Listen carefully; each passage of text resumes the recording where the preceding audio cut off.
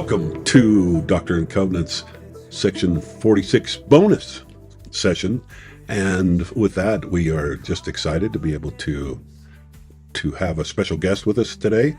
We invited our special guest and friend, Craig Foster, to come because of his vast knowledge of digging into church history and many of the things in the Doctrine and Covenants, particularly church history. And with that, I'm going to have Rhonda give a little bio of Craig so you know who he is. Alrighty. Craig Foster has authored or co-authored 7 books. He co-edited The Persistence of Polygamy, Joseph Smith and the Origins of Mormon Polygamy, published by John Whitmer Books in 2010, and it's part of a 3-volume series. He also co-authored American Polygamy, A History of Fundamentalist Mormon Faith, published by the History Press in 2019, and he's authored articles and given a number of presentations discussing the history of plural marriage. So it's an honor to have Craig with us on our broadcast today. And then also he has served as a counselor in the bishopric and on the High Council, but is currently the stake, temple, and family history consultant for the Holmes Creek Stake in Layton. And I have known him as working for what I know of as Family Search for over 30 years. Yes. And still volunteers and works there as well. So thank you for joining us today. And I'm so excited to hear the history that you're about to share with us. Thanks. It's a pleasure to be here. And you all know that you can always find us on propheticappointments.com. And today I'm going to introduce myself as Farrell. And I'm Rhonda Pickering. And go ahead. And I'm Craig Foster. There you go. And with that, we're just going to turn it over to you, and then we will jump in if we feel like we have some enlightened question or whatever. But other than that, just take it away. Okay. Well, we're discussing section 132, and the thing that we need to keep in mind is that while 132 was recorded on the 12th of July, 1843, it was a long time coming, I guess you could say. There's evidence that Joseph Smith was aware as early as 1830, certainly by 1831, that as a part of the restoration of all things, plural marriage would need to be restored and would need to be lived. And so it was, you could say that the introduction of plural marriage was fitful and kind of messy at times.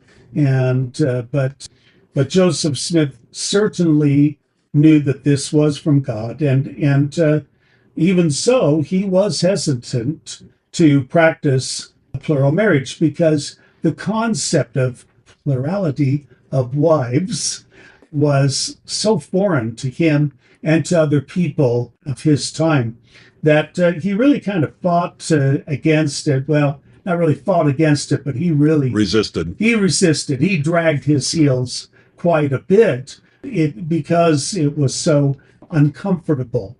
So with that in mind, what I want to do is to kind of give a little bit of a couple of quotes about plural marriage. So Joseph told associates that an angel appeared to him 3 times between 1834 and 1842 and commanded him to proceed with living plural marriage.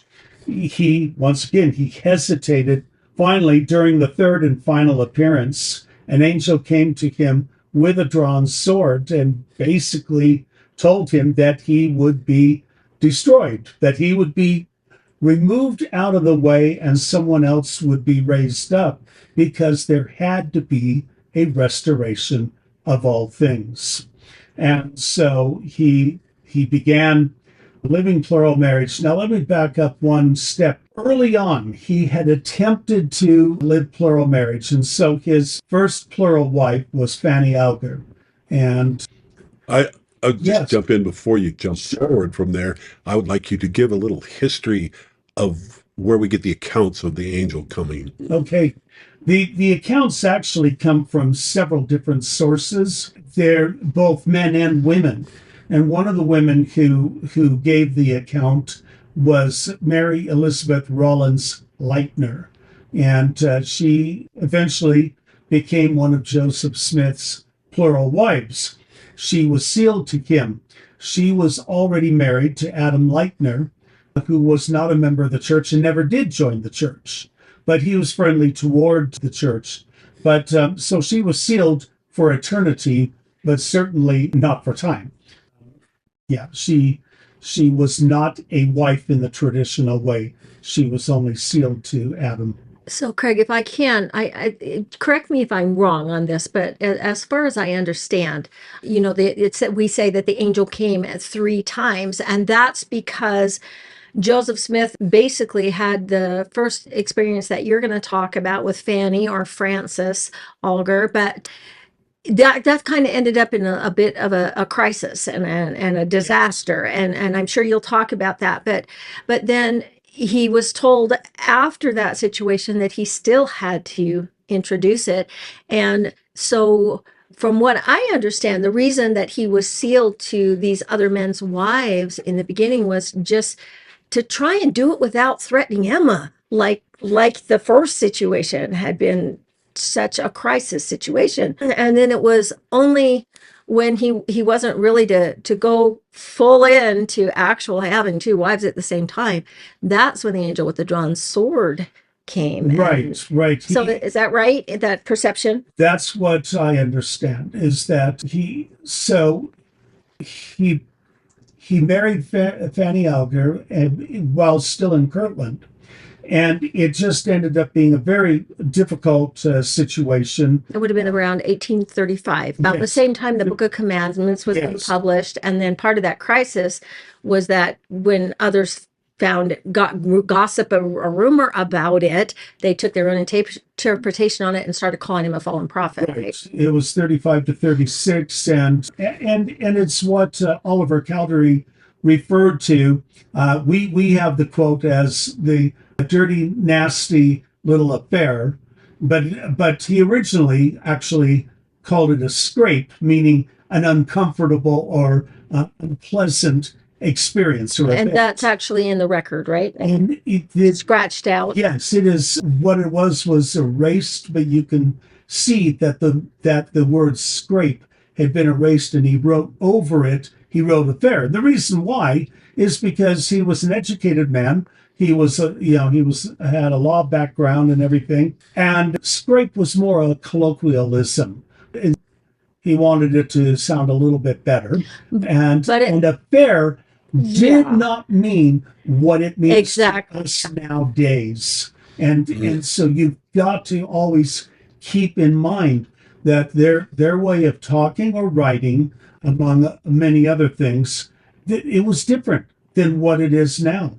And so what he certainly did not mean what most people nowadays envision. So he had an extramarital affair. No, he did not. And it's the other definition of the word. Like, I don't know, I'm trying to think of an example, but an affair. Basically, it was something that happened or an event, and that's what he had meant, rather than like an extramarital affair. And actually, that's written about by Don Bradley in our volume, The Persistence of Polygamy. So I mentioned those. Did you have a copy of that with you today? I do have a copy. You give us take a look at this. This is Persistence, and tell us about the book. It's got essays in it. It is a compilation of essays by various authors, including a couple of essays by myself and by the co-editor, Noel Bringhurst.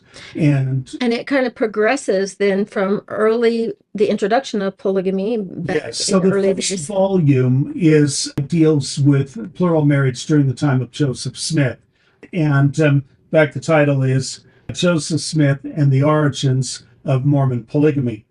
And then the second volume deals with plural marriage from 1844 to 1890. So from the martyrdom to the first manifesto. And I I'm hoping everybody is excited about this. I'm super excited. We're actually going to have Craig come back for that lesson as well, because he's an expert in that area as well, the persecution and the oppression that was coming on to bear on the church at that time. So we'll do that when we do the manifesto. So that book would Yes. kind of go in that area. Yes. And then the third volume is from 1890 to what was the present at that time, 2015, when the third volume came out. Right. And then you have you authored one more. And then after that, I co-authored a book, Mormon Polygamy, A History of Fundamentalist Mormon Faith. So, but again, we're just so excited to have you here.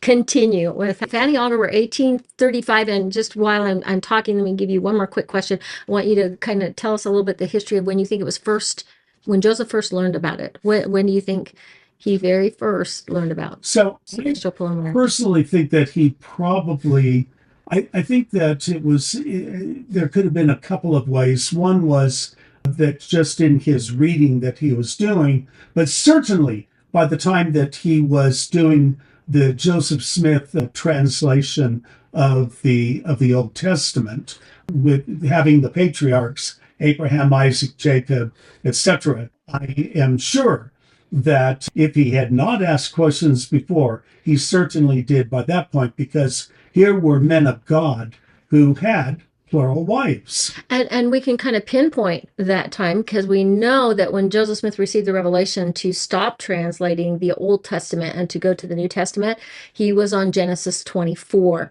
And that's the beginning of the stories of Isaac. So he had just finished all of the stories of Abraham and the Abrahamic covenant. And so again, that's possible that, that he did it that time, or even from some of the stuff he read in the Book of Mormon. Yes, exactly. And I can well imagine that here he was doing the translation, and he came upon Abraham, who obviously was chosen of God, who covenanted with God. And so here is a righteous man living plural marriage, and I'm sure Joseph Smith was wondering, how can that be? What are the circumstances there where it's not a sin and it's okay with God? And he probably regretted asking that question. Well, in fact, I even want to I'm going to jump to Doctrine and Covenants just really quickly, because in verse 3 of section 132, it says, "Therefore prepare thy heart to receive and obey the instructions," and it goes on about what you learn you will need to live. And of course, it makes reference that Joseph had asked about that, and so obviously this is something that was on Joseph's mind, and he felt inspired to ask about it. And I personally think that he was inspired to ask about it because there had to be a restoration of all things. There's a historian who commented that basically, of course, Joseph Smith had to restore plural marriage because it was a restoration of all things. So it was inevitable that eventually plural marriage would be restored. I actually think that we've kind of speculated on when he might have asked the questions, but we start to see documents coming in that are kind of secondhand in 1831. So make sure to tell us about that one as well. Yes. So there are references. For example, when the missionaries went on the mission down to Missouri, to the western border of Missouri, to basically going to speak to the Lamanites and to teach them, Joseph Smith had made reference to the fact that at some point that perhaps some of the brethren, some of the elders of the church would be marrying Native Americans, would be marrying Lamanites. Well, the men who went on the mission were married. So how was that going to happen? And Joseph had only made reference to that and did not go any further at that point. But here and there were hints kind of suggesting that eventually there would be a plurality of wives. And I think at first he was not supposed to reveal it to everybody. It was supposed to be wait for the right time. Exactly. And I Yes. think that is what he said in Nauvoo, that now was the time. Right. And that was part of the problem in Kirtland, was that it was supposed to be very quiet at the time. And I've had people comment, well, when has a prophet, said, well, let's keep this secret, or held secrets like that? And my first thought is, well, let's look to the Savior himself. When he raised the daughter of Jairus, he told Peter, James, and John, keep this to yourselves until a future time. When he was on the Mount of Transfiguration, he once again said, don't tell anyone what happened here until a future time. Well, and we have in the case of the Matthew 24 and some of those things, we have where he actually was asked the question, why do you speak so plainly to us, and yet you talk in parables to everyone else? And I think that's kind of a common thing that the masses, well, particularly, we know the church is governed by common consent, and that it is a requirement for it to become a tenet of the church to have common consent. And so at that point in time, a lot of things can be revealed before they become binding on a people, because in a sense, it's like when Moses came down with the law, they had to agree with it to be under covenant. Covenant Yes. means a two-way agreement. Exactly. So in that regard, I guess you can see that would be happening in other places. And I want to just lay in one more little comment here, which is, I think part of the problem that, particularly in our Western culture, why this is so offensive to us is because of our Victorian background, and because all we can do is associate it with the intimacy. And we tend to wrap the whole idea up in the idea of intimacy. And in that, it causes that that stir of emotions of unfaithfulness and all those kinds of things. And I think in these situations, we don't recognize that many, many times this was a spiritual covenant to a large degree. And that's us. Absolutely. So that's what we trip over all the time. It is because we automatically, naturally just assume that that there was physical intimacy. Oh, well, if they were married, then there had to have been that. Well, not always. Well, Definitely not. If you look at the range of Joseph Smith's wives, people talk about him marrying some younger ones, and we'll get to that a little later. Well, he also married some who were well past childbearing age, and he was sealed to them, but there is absolutely no evidence of any intimacy of any type, nor was it even expected that there would be. Well, and that's why the polyandrous marriage were toward the beginning, is because then it wasn't a threat to Emma. That wasn't the kind of marriage it was. Exactly. It was a stealing in eternity. Right. Exactly. Absolutely. So this is a good segue to, I want to kind of, talk about the reaction of the saints when the time came that he began to carefully expand the circle, shall we say, of those who knew about plural marriage, and then began practicing plural marriage. The reactions, as expected, were they ranged from shock to disbelief to anger, even in hearing about something that was so foreign to their sensibilities. And I have a couple of quotes that I want to give. So first, I am going to mention about Brigham Young because, and most people have heard about this, but it's a good way to kind of explain that. Yeah, a lot of people think, well, of course, the men liked the idea of having a number of wives because they immediately jump to intimacy. Yeah, exactly.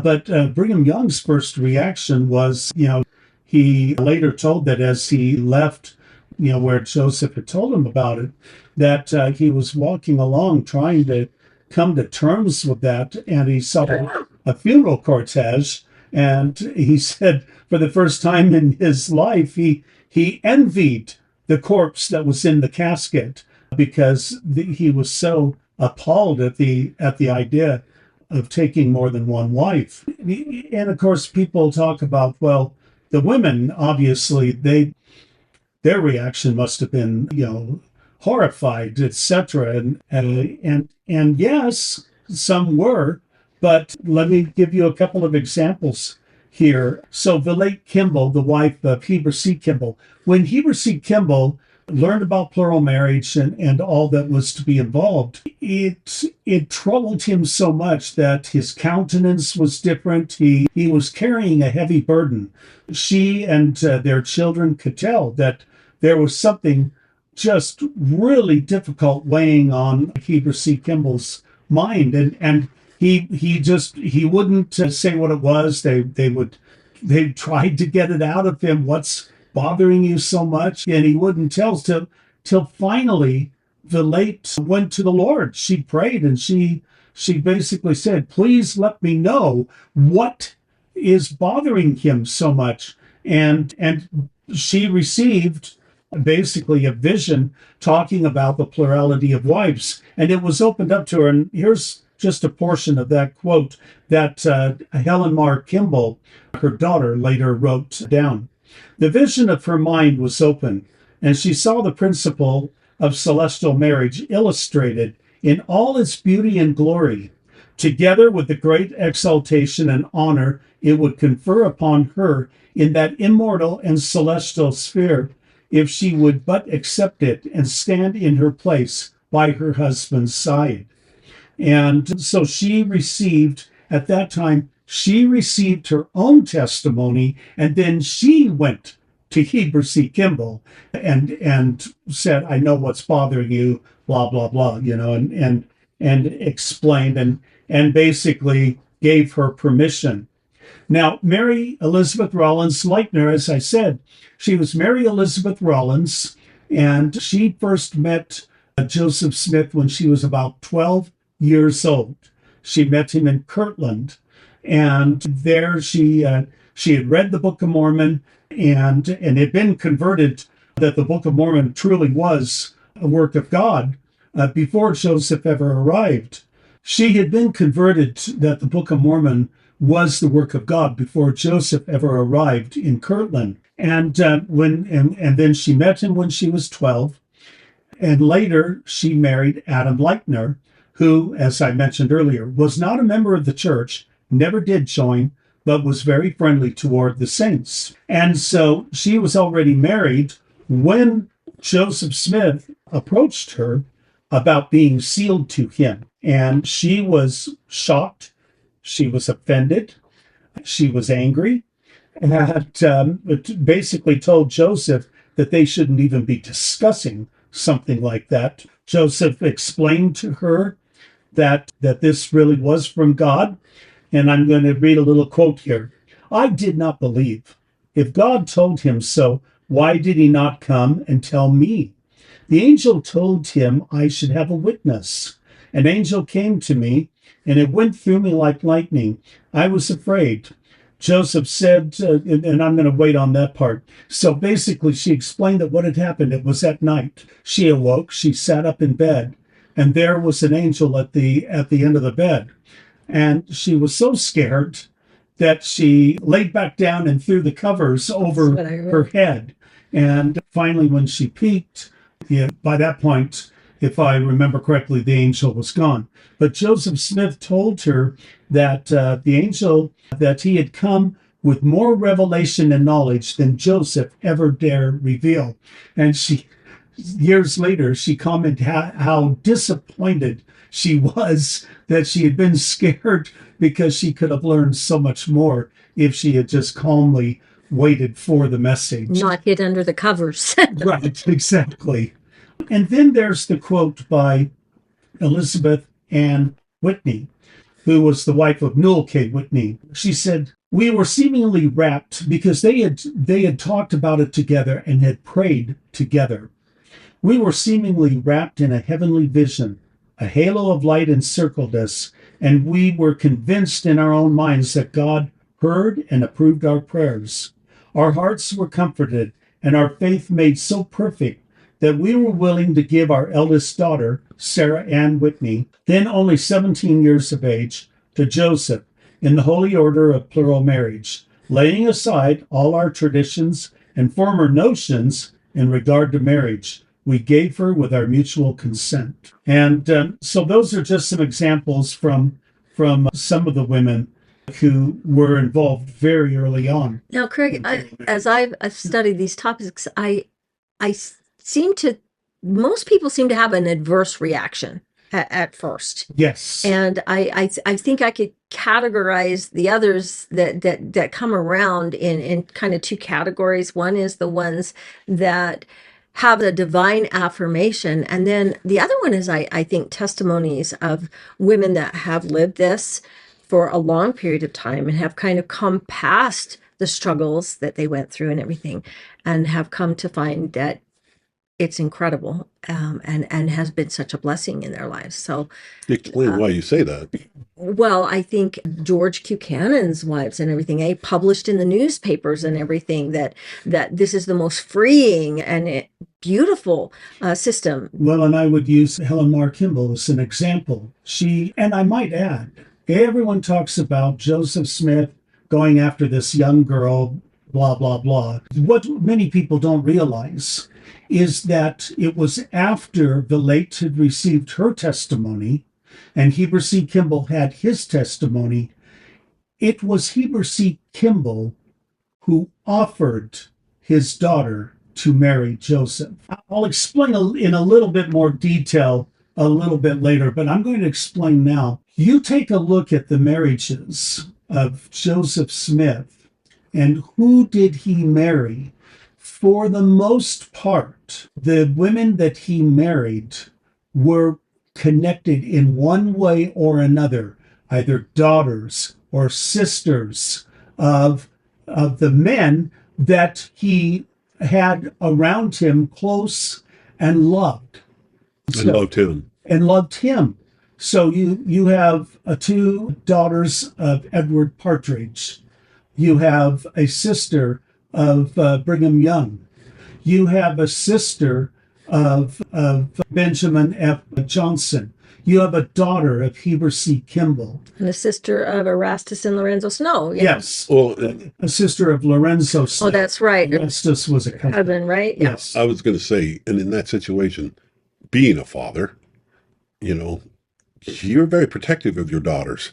And so if they thought that there was any hanky-panky, so to speak, going on, they would not have agreed to such a thing at all. Wait a minute. Benjamin F. Johnson. Oh, you got to tell that story. Okay, I will tell that story. I'm going to mention really quickly another great example is Newell K. Whitney and Elizabeth Ann Whitney, who agreed to have their daughter marry. And so these were two others who loved Joseph Smith, and he loved them.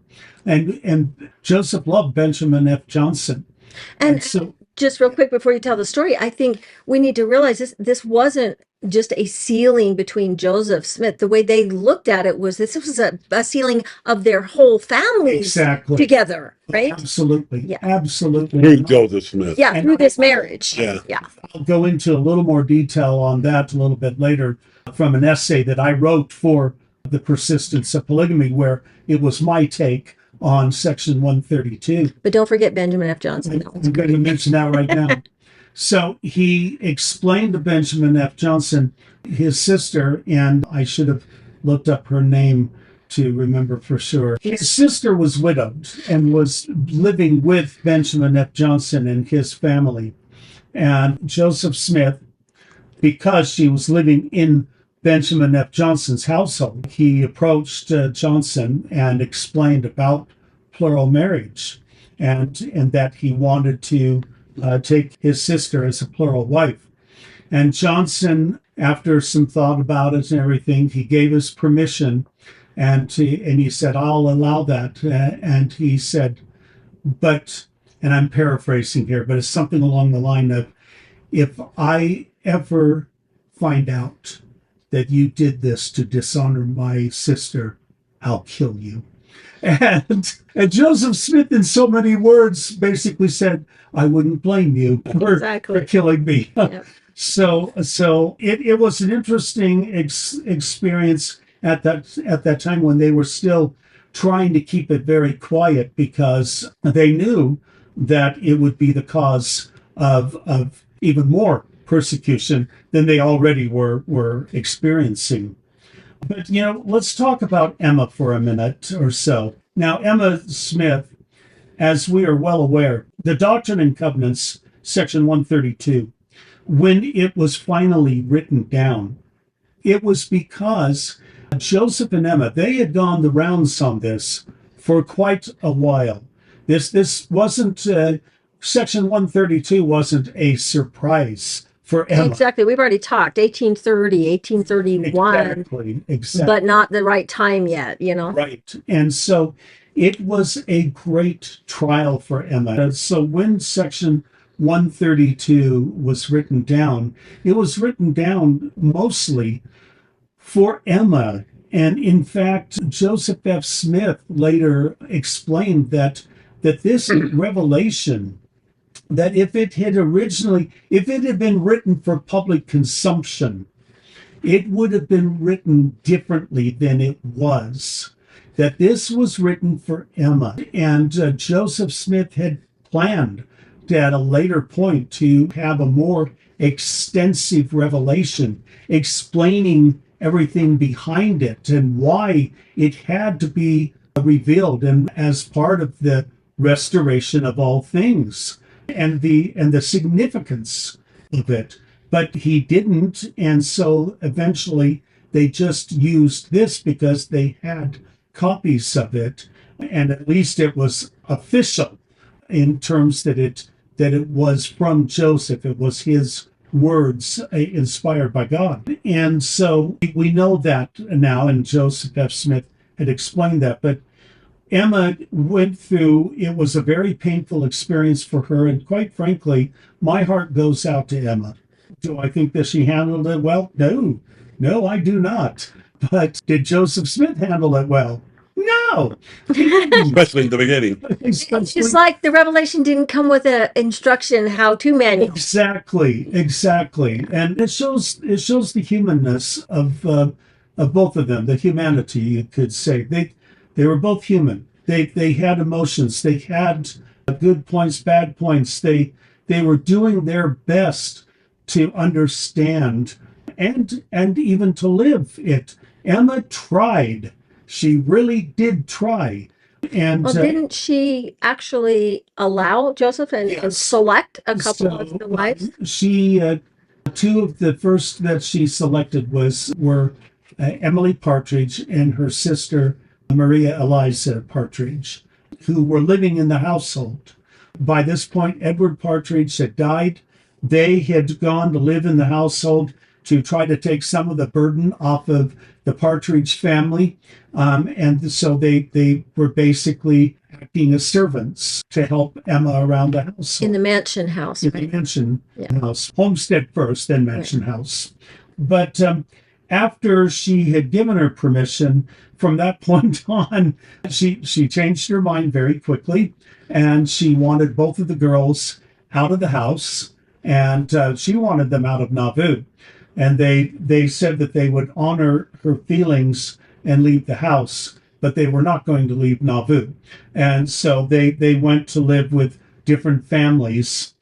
And years later, Emily Partridge commented, she wrote, "After these many years, I can truly say, poor Emma, she could not stand polygamy, but she was a good woman, and I never wished to stand in her way of happiness and exaltation. I hope the Lord will be merciful to her, and I believe he will. Perhaps she has done no worse than any of us would have done in her place. Let the Lord be the judge." And she also commented, "I do not know as anybody would have done any better than Emma did under the circumstances." Well, you said that your heart goes out to Emma, and mine too, actually. But actually, the one that I think would have been, you think about the first person trying to live plural marriage in the 19th century, and with like a sum total of a zero support group, Right. friends and everything that Fanny Alger went through, and them trying to kidnap her and charge her with, my heart goes out to Fanny or Frances. Yeah. Yes, I agree. Mine too. And the situation was just a mess. The rumors started flying. It went exactly as Joseph did not want. Was afraid. Was afraid that it would go. And Sometimes we have those self-fulfilling prophecies, right? exactly. So it was to the point that Fanny eventually left Kirtland, and if I remember correctly, ended up in Indiana. Didn't Levi Hancock actually have to whisk her out of town secretly by horseback? Yeah. Yes, to join her family. Joseph said, "Bring her to her family." This And now Fanny, she had good feelings toward Joseph and the church, and we have reference to her visiting Nauvoo, but by that point she had remarried. She was married for a time at least. Custer, I can't think of his first name, but he was a non-Mormon. Right. If I remember correctly. And from what I understand, they had a very happy marriage and a lot of children. Yes. But they always had good feelings toward Joseph. Yes. And I don't think that she was sealed to him in the Nauvoo temple there's no record of that. I don't think so, right. But I think you made a point when we were talking before that the sealing that would have been performed in Kirtland would have been considered valid at that time anyway. Yes. Well, certainly it would have been, or Joseph wouldn't have done it. Right. But there's no record of it. Right. There isn't. Right. Okay. So we have these examples of people and how they reacted to plural marriage, but let's get into Doctrine and Covenants 132 now. And the promises, it's really a very deep and complicated revelation. If you really think about it, there are so many levels to this revelation. I have been aware of some people have said, well, we don't do polygamy in the church anymore. Let's just get rid of section 132. No, you can't do that. Anyone suggesting that does not have an understanding of the doctrinal significance. Well, the whole sealing of families for eternity, right? Exactly. That's in there. Just a really quick description. So we know that it is the revelation relating to the new and everlasting covenant, including the eternity of the marriage covenant and the principle of plural marriage. And then, as explaining what is in it, we have exaltation is gained through the new and everlasting covenant. The terms and conditions of that covenant are set forth. Celestial marriage and a continuation of the family unit enable men to become gods. The straight and narrow way leads to eternal lives. The laws given relative to the blasphemy against the Holy Ghost, promises of eternal increase and exaltation are made to prophets and saints in all ages. And then it goes through speaking more directly to Joseph and the sealing keys. And then it has the laws governing plural marriage are set forth. And I want to read just verse 19 and 20 really quickly, because the promises made here are just really beautiful. And again, verily I say unto you, if a man marry a wife by my word, which is my law, and by the new and everlasting covenant, and it is sealed to them by the Holy Spirit of promise, by him who is anointed, unto whom I have appointed this power and the keys of this priesthood, and it shall be said unto them, Ye shall come forth in the first resurrection, and if it be after the first resurrection, in the next resurrection, and shall inherit thrones, kingdoms, principalities, and powers, dominions, all heights and depths. Then shall it be written in the Lamb's book of life that he shall commit no murder whereby to shed innocent blood. And if ye abide my covenant, and commit no murder whereby to shed innocent blood, it shall be done unto them in all things whatsoever my servant hath put upon them in time and through all eternity. and shall be of full force when they are out of the world, and when they shall pass by the angels and the gods which are set there, to their exaltation and glory in all things, as have been sealed upon their heads, which glory shall be a fullness and a continuation of the seeds forever and ever. Then shall they be gods, because they have no end. Therefore shall they be from everlasting to everlasting, because they continue. Then shall they be above all, because all things are subject unto them. Then shall they be gods, because they have all power, and the angels are subject unto them. I mean, that's just incredible. Yeah, this is the introduction to the King Follett Discourse, right? I was going to say also myself is, I mean, in that sense of the word, that is, I mean, I don't know how to pronounce it, say it any different than it comes to mind, and that is the principles of Mormondom directly in a nutshell. That we are children of God working towards being like Him. Exactly. Literally taking the words in the Sermon on the Mount, literally, come follow me. Exactly. That's beautiful. Yeah. That's cannot be expressed any better. That's exactly. That's what it is all about.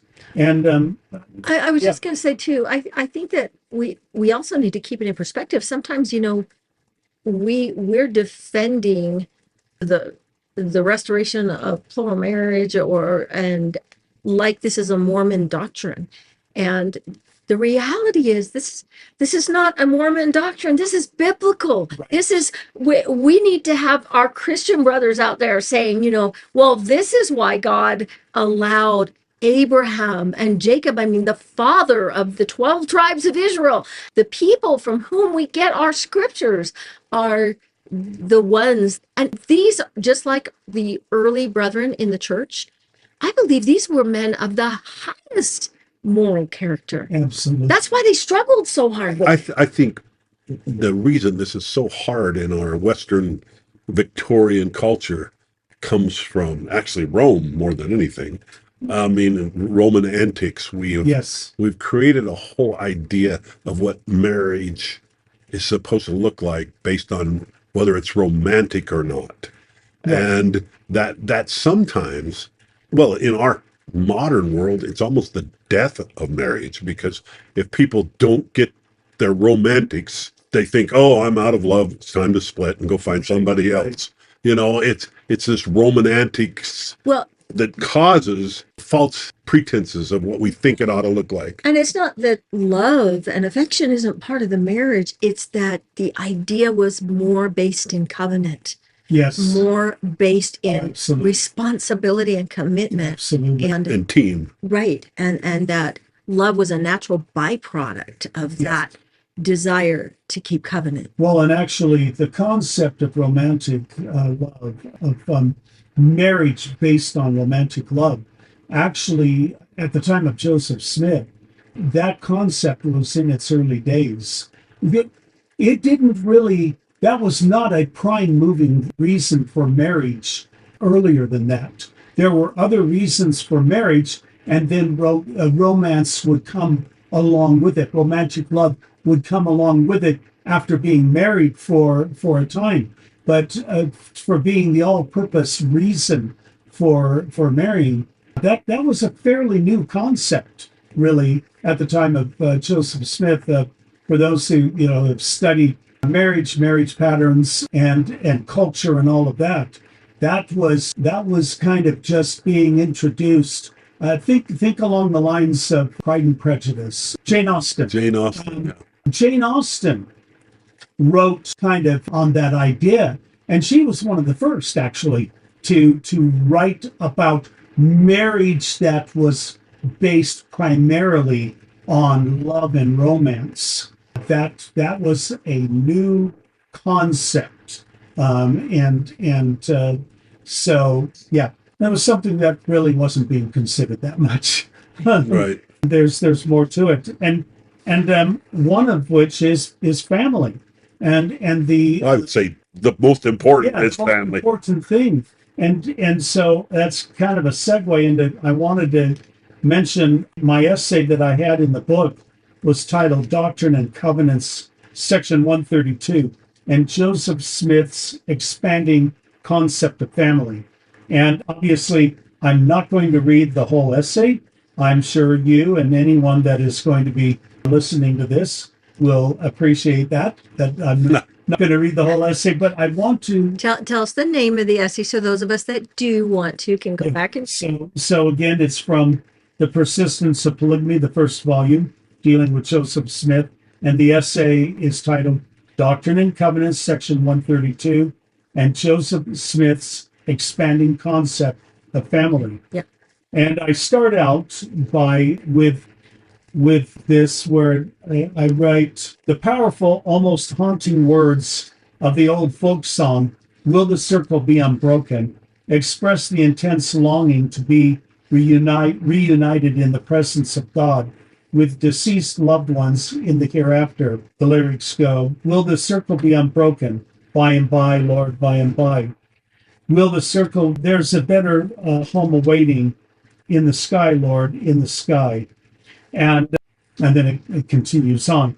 But the early saints of the Restoration had the same yearning to return to God and continue married and familial bonds beyond death. And then at the very end, I write eternal marriage. And what I did was I talked about the fact that I view 132 in a way to be the culmination of Joseph's expanding understanding based on the revelations that he was receiving, his expanding understanding of the eternal family and how marriage and family was all tied together. And so at the very end, I write, eternal marriage binds ancestry to posterity. As Robert Millet explained, Doctrine and Covenants 132 made it clear that salvation consists in the blessing of eternal lives, the continuation of the family unit in eternity. This could only be accomplished by performing the saving ordinances and sealing one to another. According to Richard L. Bushman, nothing in his life, in his later life, excited Joseph Smith more than the idea of joining together the generations of humanity from start to finish. The human yearning for the circle to truly be unbroken pushed the early saints to seek out how they could be together with loved ones forever. Joseph Smith's expanding theology regarding salvation and the eternal family allowed Latter-day Saints to believe family relationships did not stop with mortality, nor with the traditional nuclear family. The concept of family extended to more distant relations, as well as went beyond the grave and became multi-generational. This was eventually accentuated even further by the numerous and intricate family relationships created through plural marriage, which in many ways supplanted for the saints the earlier nuclear family model with a religious or spiritual variation of the larger family model, emphasizing intra and intergenerational connections. The doctrines and ordinances of sealings, baptisms for the dead, and other temple ordinances focused on eternal relationships and redefined the parameters of the family. All of this culminated with Doctrine and Covenants 132 and the path to exaltation through the new and everlasting covenant of marriage. Beautiful. Beautiful. I'd like to go back to the verse that you were reading in 132. You read verses 19 and 20. Mhm. And I want to talk about the part that you said that you read that they shall come forth in the first resurrection, and if it be after the first resurrection, in the next resurrection. I just want us not to read over top of that line, because I think sometimes, at least I know I did, I was like, temple marriage, going to, the sealing forever thing, and we don't realize all the work and the struggle and the everything that goes in between that. Right. And we kind of look at it as like those sealing keys are the super sticky glue, and there's things that we do aren't going to change it. And we even read that verse like, wow, check it out. We can do anything and we'll still come forth in the first resurrection or the next resurrection. I just want to remind everybody that the first resurrection, if you look at its definition in Revelation 20, is the one before the millennium starts. Or right at The next one Yeah. is at the end of the millennium. And there's 1,000 years of hell in between those two. Well, hopefully for some, not for everybody. Time out period. Well, but when he says that they will come forth in the first resurrection or the next Second. resurrection, the one after that. And so I'm like, I think that just, as a word of caution, and I know I understand why all the emphasis is on the sealing keys and the necessity of a marriage that's going to be for eternity. But I hope that we understand that for an eternity, we're going to be working together on being happy in that marriage and what that looks like. Well, I was going to say, truthfully, and I've felt this for a lot of years, what really the sealing keys is when God puts his stamp of approval on the union. Ultimately, yes. But the truth of it is, what really seals a marriage beyond permission from the Lord, it's kind of like many are called, few are chosen, although you might be ordained to that, maybe so, and I'm quoting 121 here. What really holds it together is true love. When a man and a woman truly choose every day that they want to do it together. Mm-hmm. And then the Lord can put his approval on it, and that's the sealing. But in essence, we choose eternity every day. Right. Right. And I love that because God will not force any man to heaven, and God will not force any marriage that they don't choose That's unhappy. eternally. Yeah. I absolutely believe that. In fact, I'm going to mention that in a moment. I know that we've been going for a while. We could go all day. Keep going. So let me lead to just a short discussion. This is pretty much toward the end here. A short discussion. I realize there are a lot of members of the church who in one way or another are uncomfortable with or have problems with Joseph Smith, plural marriage, etc. And so I have listed a few here that I just want to cover pretty quickly. Oh, look, before you go there, okay. Let me just clarify what I just said earlier so you get it really clear. You will never be forced or never be required to do more than you choose to. Exactly. Exactly. Yeah. Absolutely. And that is one of the points that I'm going to mention. But the first one, we have what we, for lack of a better way of putting it, polygamy deniers who say that Joseph Smith didn't teach plural marriage. The reality is there are contemporary sources that mention William Law, who of course later became an enemy of Joseph. While he was still a counselor in the first presidency, he recorded in his diary how he pled with Joseph to stop teaching and practicing plural marriage. And so we have his diary entries. When the Nauvoo Expositor was published, it basically hinted at some of the plural wives. What wasn't one like, for the Partridge Sisters, Yes, partridge in a tree? It was mentioning partridges in a Yeah. tree, something along that line. Yeah. I remember that because the Partridge sisters are a couple of my favorites for doing research.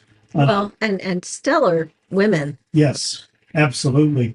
But there's also something else that has just come out just a couple of weeks ago. There is an article that is available. All you have to do is go to Interpreter, and you can like Google Interpreter LDS or Interpreter Journal, and then go to the journal and find the article. It's by Paul Fields, Stephen T. Densley Jr., Matthew Roper, and Larry Bassist. It's, quote, historical and stylometric evidence for the authorship of Doctrine and Covenants 132, unquote. And it's in Interpreter, a journal of Latter-day Saint faith and scholarship. And it shows scientifically that 132 is it's the words of Joseph Smith. They compared it to Brigham Young, compared it to William Clifton, etc. I actually saw that on a video just Yeah. recently. Somebody did. Yes, and it's wonderful. Long article, but well worth the read. Okay, so next, polyandry, and we've discussed this already. That this was kind of Joseph's attempt to live plural marriage, but not really live plural marriage until he was finally told, yeah, Spiritually live it without right, exactly. applying it into this world. Yes, and was finally told, yeah, this isn't working. You're not fooling God. So then it had to move beyond that. But both Fair and Joseph Smith's Polygamy, the website, address this issue really well. Now, another is teenage wives, underage marriages. So, first of all, they were not underage marriages when Joseph married even Helen Mar Kimball, who was 14 at the time. They were not underage marriages. In fact, far from it. Little people nowadays, they suffer from what they call presentism. We have what is we consider the appropriate age for marriage, and anything under that we look at askance.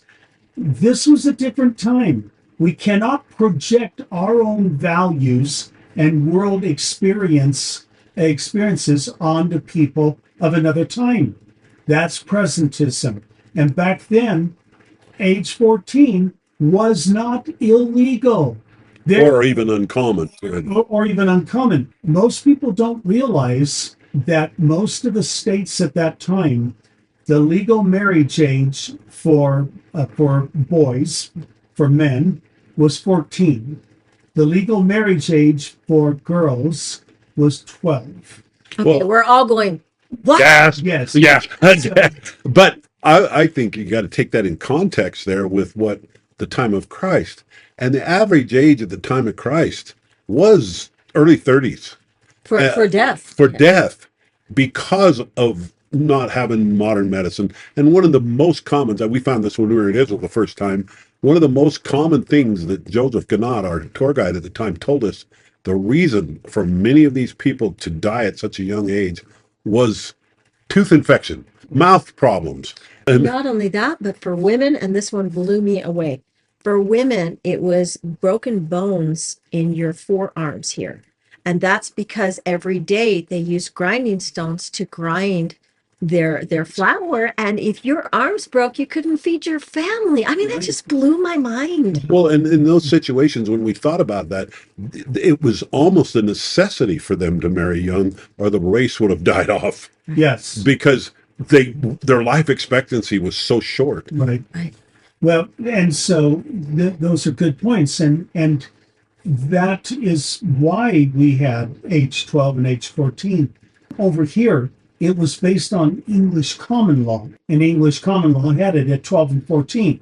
And that's because English common law was based on canon law, the law of the church, which was the Catholic Church, which, I might add, canon law was based on Roman law.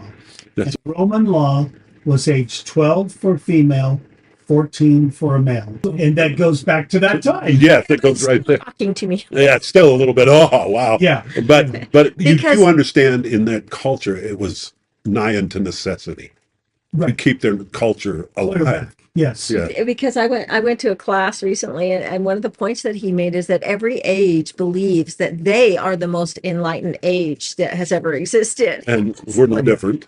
And we will someday have people looking at our day and age going, what a bunch of backward people.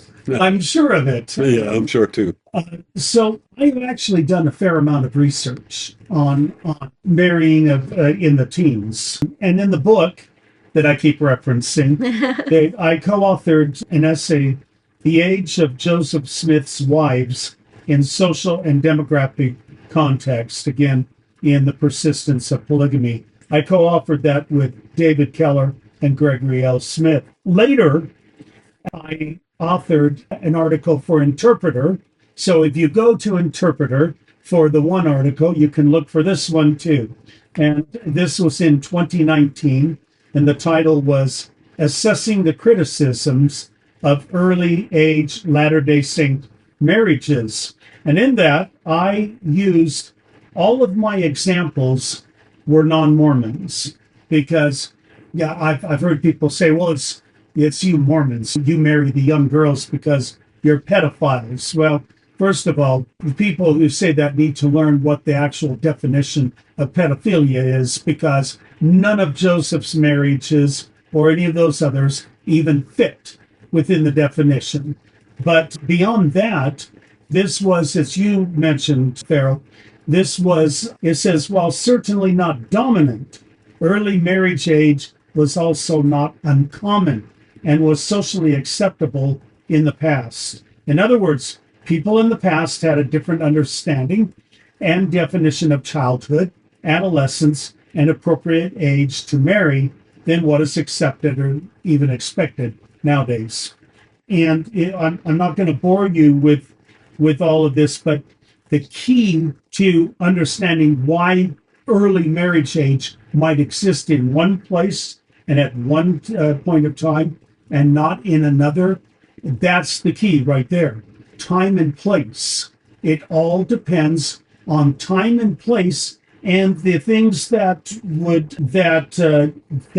allowed early age marriage. And it would involve, as I said, time and place, economics, demographics, and culture.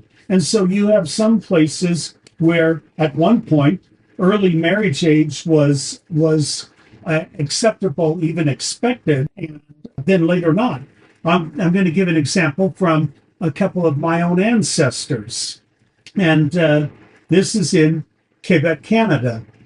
The first and second generations in Quebec of French settlers into that part of Canada, there were very, very few women. In fact, there were so few women that they had what they called les filles de roi, the king's daughters, where they basically said to these women, I might add, ages 14 to 28, 30, 14 to 30, with most of them being actually in the teens and early 20s.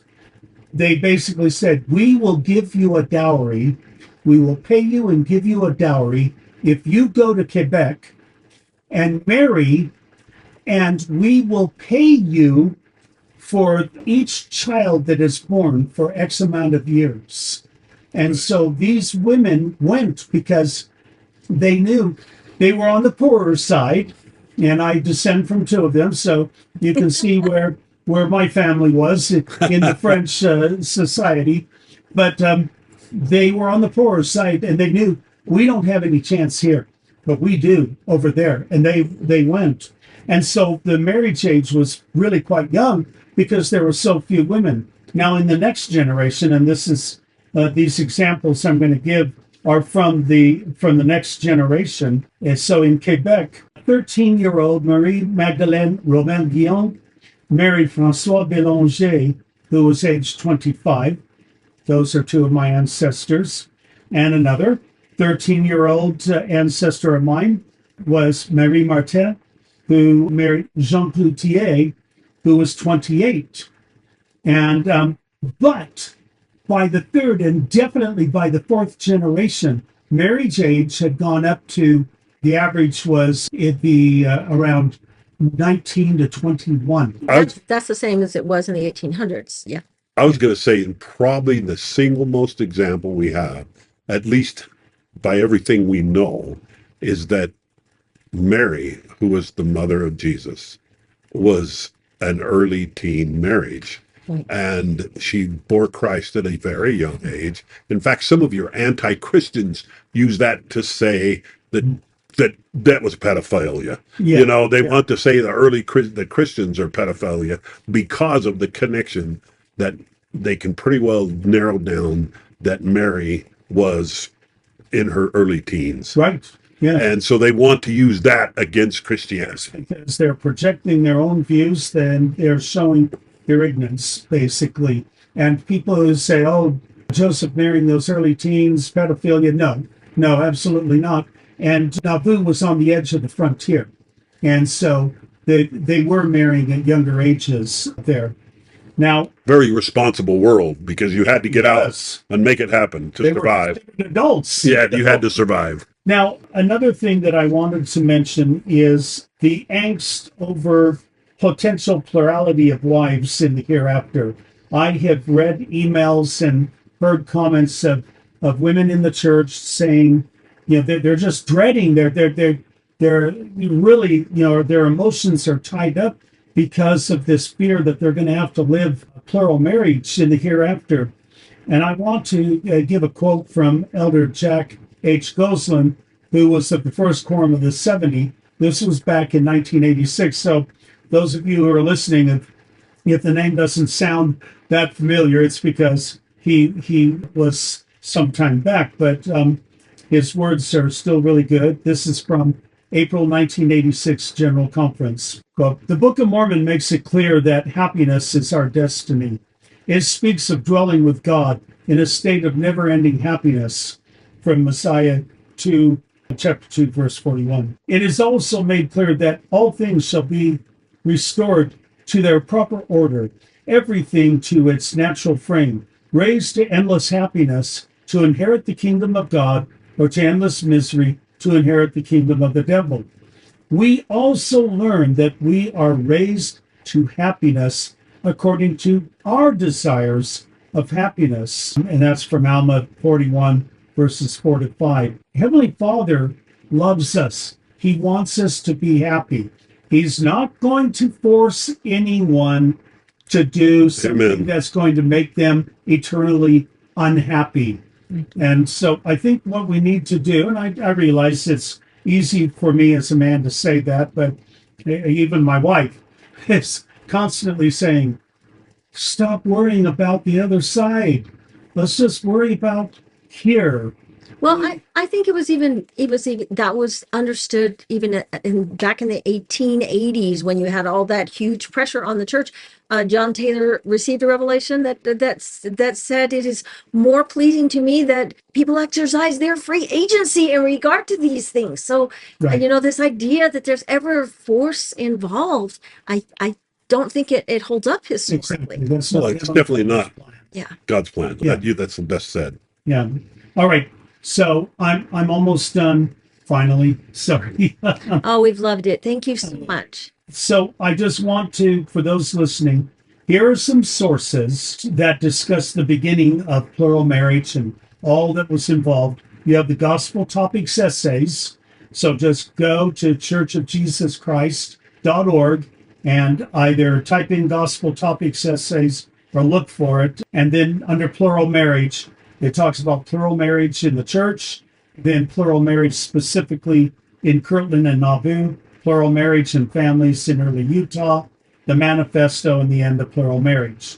Also, FAIR, the Foundation for Apologetic Information and Research, or whatever they're calling it now, is just type in FAIR LDS, and then they have a whole section on plural marriage, lots of information, an incredible amount of information. Then there's the book that Newell and I co-edited, The Persistence of Polygamy, Joseph Smith and the Origins of Mormon Polygamy. That costs.